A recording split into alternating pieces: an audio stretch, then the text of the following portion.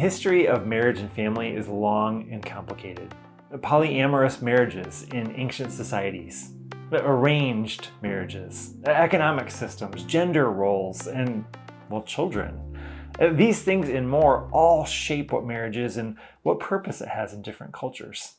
Even in the Bible, marriage is not a fixed ideal. If you were thinking about getting married and I told you, well, just look to the Bible for guidance on what marriage should be, you'd start reading through the Old Testament and you'd be totally confused by the portrayal of marriage. The biblical examples of marriage are, well, to put it mildly, they're messy.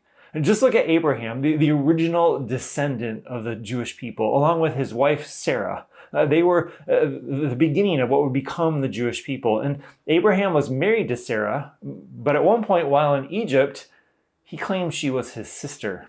And that led to all sorts of problems with the Pharaoh in Egypt. You should read about it. And then that part of Abraham's story gets to another messy part of his story where Abraham and Sarah were promised numerous descendants by God, but it wasn't happening. So Sarah gave her servant Hagar in marriage to Abraham, and they had a son.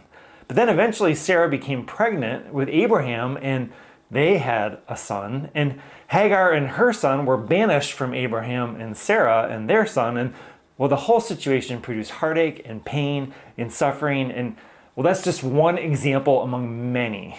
Again, the biblical examples of marriage are, to put it mildly, messy. Now, here in the United States, where family has been considered the cornerstone of the community, marriage has often been rooted in a dominant white culture.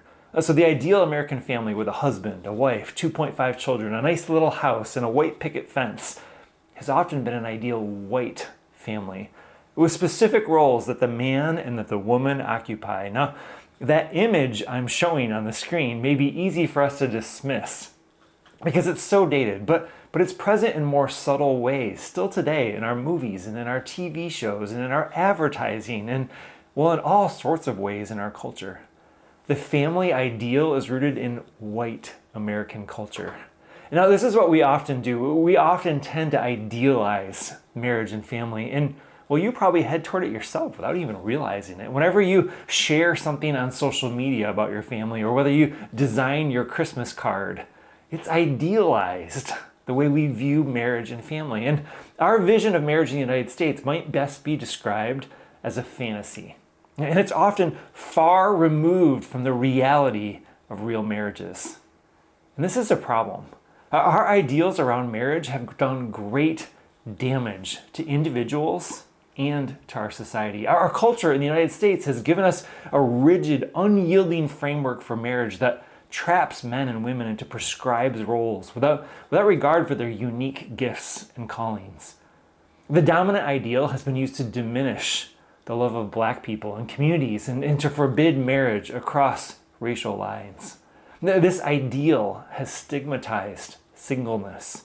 This ideal has harmed couples that couldn't have children.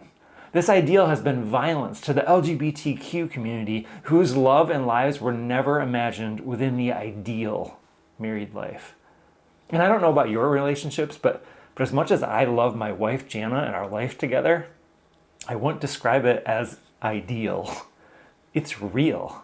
It's messy. It's challenging. And it's worth it. We'll get to how it's worth it. But first, let's take a moment and reflect on this idea of an ideal marriage. What do you think that would look like? And could you even be part of an ideal marriage? And how have ideals around marriage produced harm? Here's our first question for discussion. How would you describe the ideal marriage? And how has that ideal produced harm? Let's take a moment and let's talk about it.